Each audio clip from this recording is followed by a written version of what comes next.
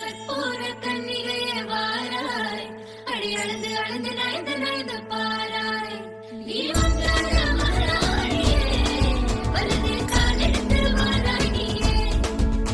நீ வந்த இடம் வளமாக, சென்ற இடம் வளமாக, சேர்ந்த இடம் சுகமாக வாழ்வோடு.